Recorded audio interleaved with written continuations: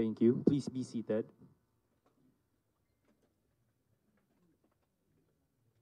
At this juncture, allow me to share the background and significance of this important undertaking.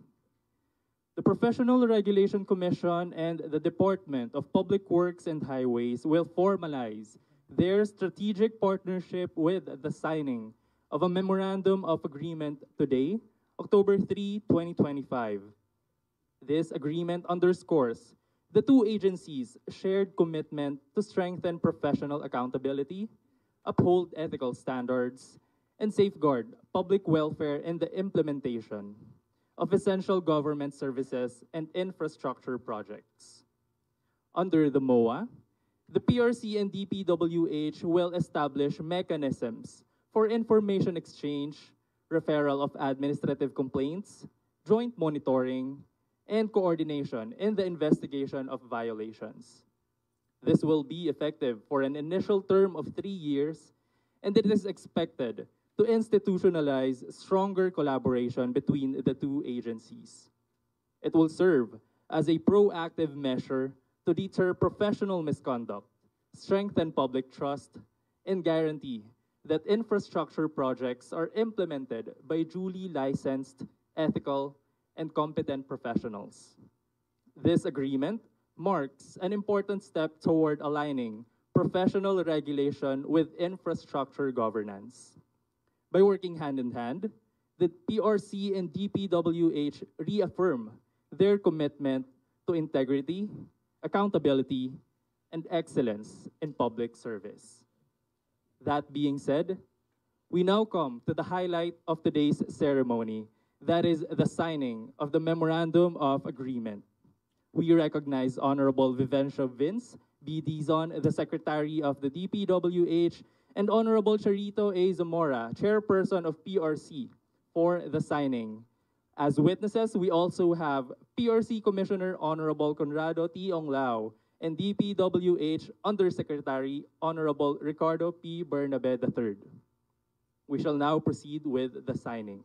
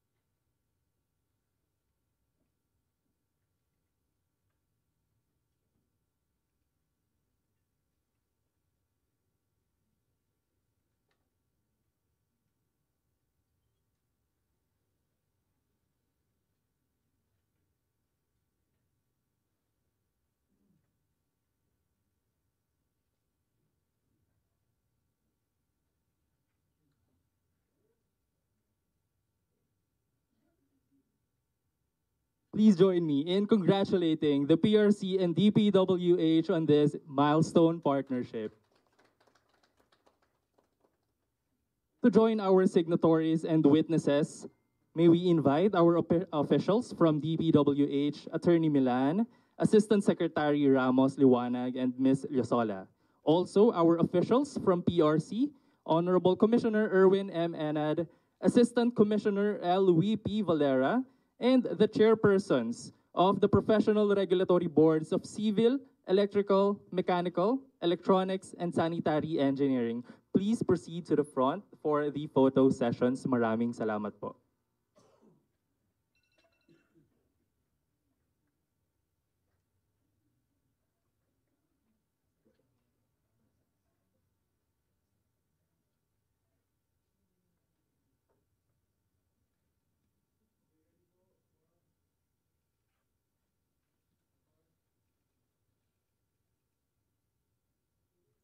Ladies and gentlemen, at this juncture, Secretary Vince Dizon shall turn over the document to PRC Chair Honorable Zamora.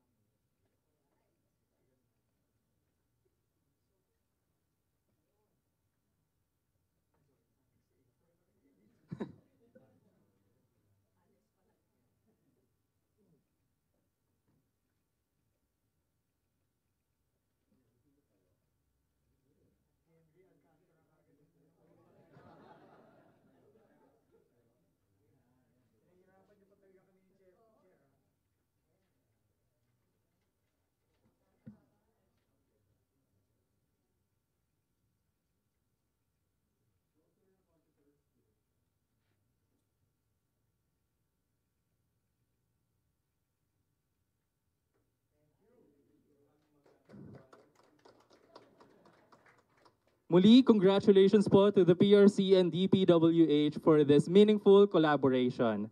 At this point, we will now open the floor for questions from the members of the media. Since we are working within a limited time frame, please note po that we can only accommodate one question and one follow-up from each media group. Once you are recognized, please just state your name and the media you are affiliated with. So with that, anyone who wants to start?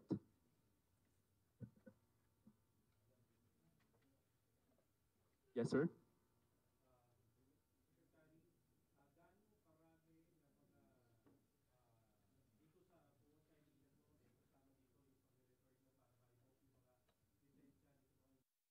Initially, ilan lahat ng mga engineer ang possible na pwedeng ma-revoke yung lisensya nila kung sakasakali dito sa MOA signing na to?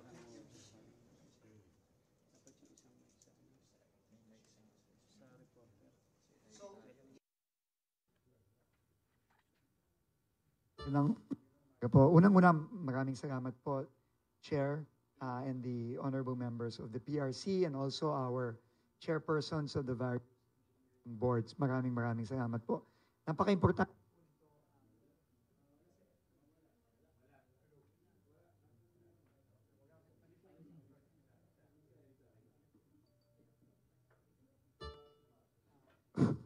Maraming salamat po.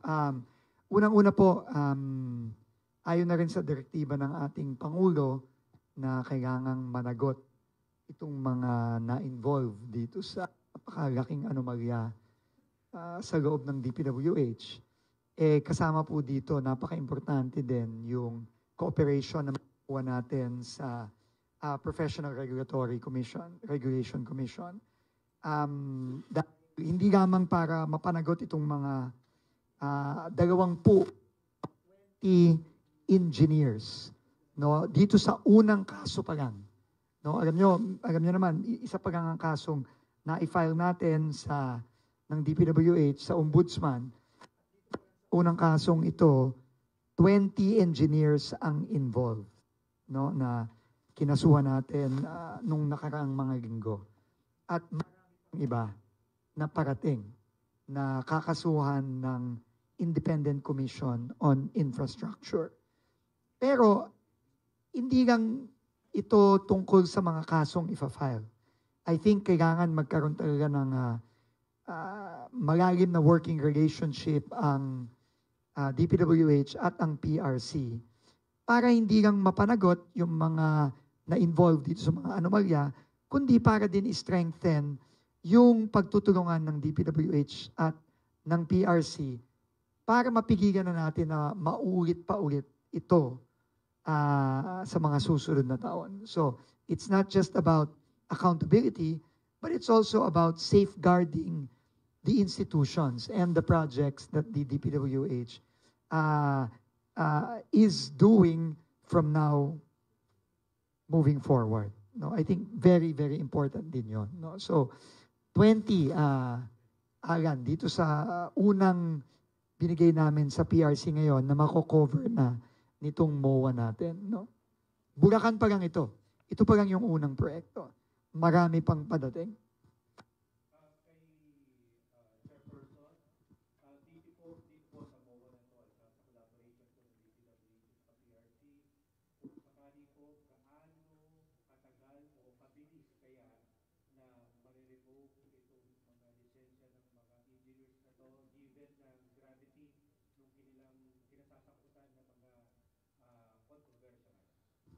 Salamat, sir. Actually, meron ho tayong rules of procedure, no? Pero kaya natin ginawa ito, in-institutionalize natin itong arrangement natin with DPWH para hindi po magkaroon ng delay at mapabilis po ang proseso ng PRC because nakita nyo kanina, tinurn over po sa amin yung mga dokumento at kumpleto na po yun, ang ebidensya. Kasi nagkaroon na ho sila ng dismissal itong mga engineers from DPWH. So ibig sabihin, nandun na po substantially ang ebidensya na kailangan din na namin. Kasi sa administrative proceedings po, substantial evidence. At nangyari na po yan sa DPWH. And sa amin po, it's really just a matter of going through all these documents. At syempre, of course, may due process, we'll just give them the chance to answer. And after po niyan, didesisyonan po yan ng ating boards. Of course, we don't want to preempt po ang magiging action ng ating boards. But given all the documents and evidences that were turned over this morning to us, mabilis po ang magiging aksyon ng PRC dyan. Salamat po. By the way, no, papahabol ko lang, remind lang ako ni Yusek Rico, na ang PRC, ang with PRC, hindi lang engineer ang covered dito. Lahat ng regulated professions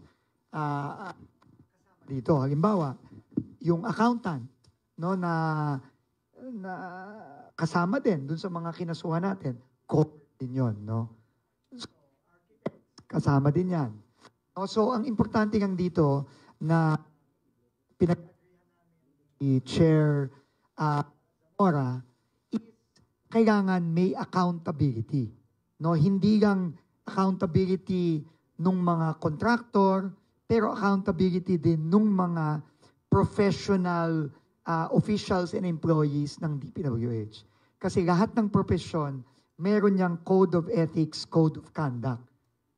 And clearly, itong mga ginawa na ito is a clear violation of those ethical standards and code of conduct.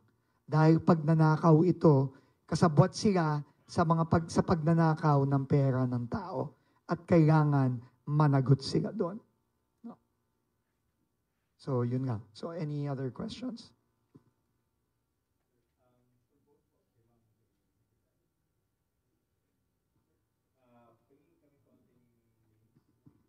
Okay.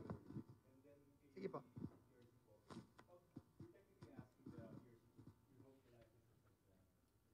Yes.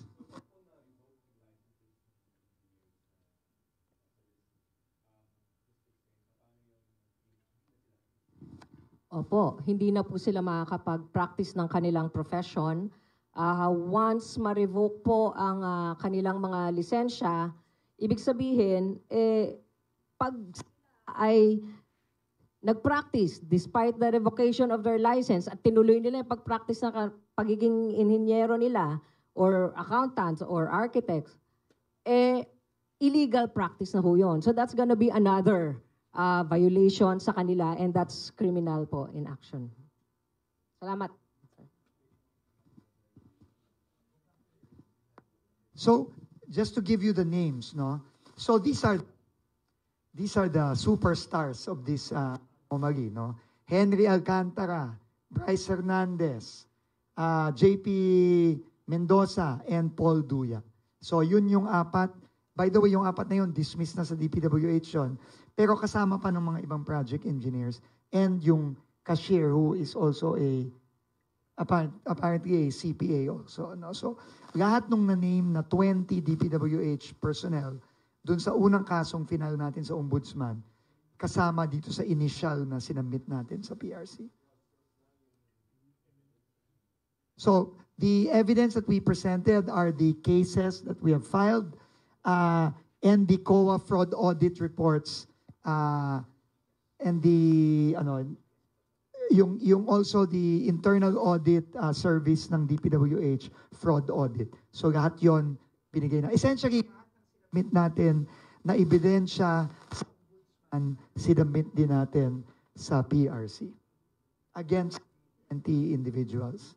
And uulitin ko, umpisa pa lang to, marami pang, habang may kasong ifa-file ang ICI, lahat ng mga yon ay ifa-file din namin at ito turn over namin sa PRC based on this Memorandum of Agreement.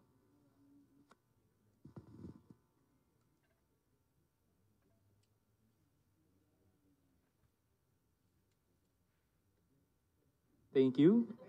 Any other questions from the media? Siguro, we'll move to the other topics later, but I don't think sila chair, tsaka sila one of that because that's outside na their purview.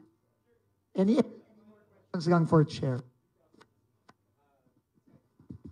Usually kasi yung ating nasa rules, kung merong mag-file ng complaint, the respondent will be given a period to file an answer or a reply.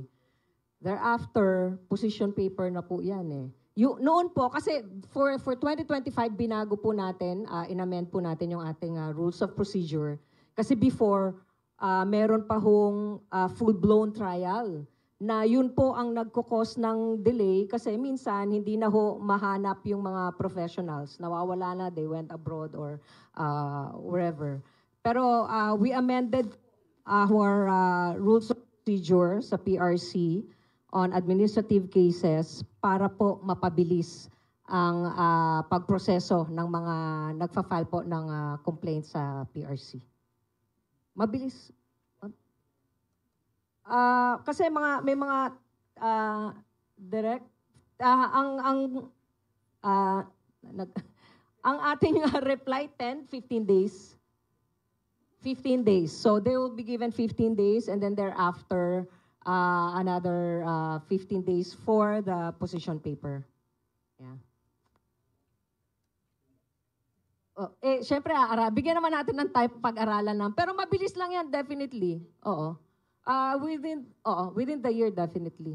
Yes. Within the next few months, siguro. Po? Oo, 60 days eh. Oo. Ang sa atin sa board is 30 or 60 days? Sa board? 30 days lang. The board has 30 days to resolve. Mas maikli po. Position paper.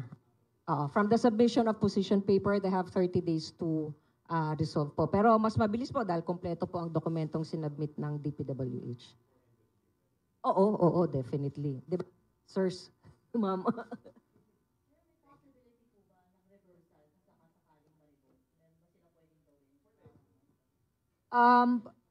Actually, kasi before, upon showing of good conduct, nangyayari eh. May mga nare-revoke before, di ba? For how many years? 2 years. 2 years. Pero palagay ko dito sa nangyari to, medyo mabigat to eh. Dahil sa taong bayan sila nagkasala, hindi lang naman ho sa PRC, di ba? So, may ganun pong period. Upon showing po. Pero kaya lang kung mafa-filean din ng criminal cases tong mga to, medyo mabigat talaga. Mabigat ang magiging ano. Salamat.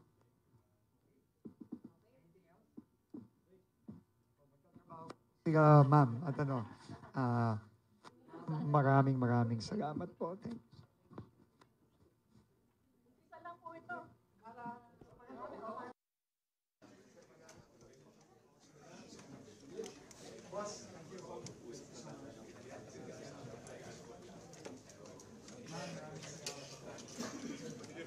you.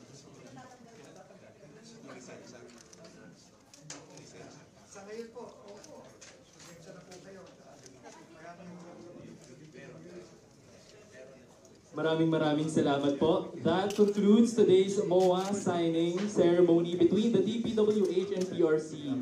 A heartfelt thanks to all who joined us in witnessing this significant milestone. We wish everyone safe travels and a productive day ahead. Maraming salamat po.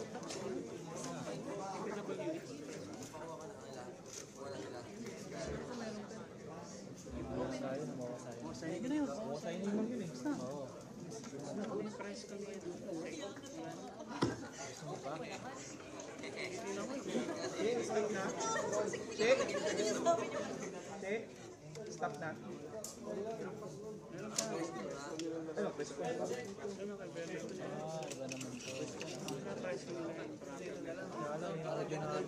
Ayaw lang.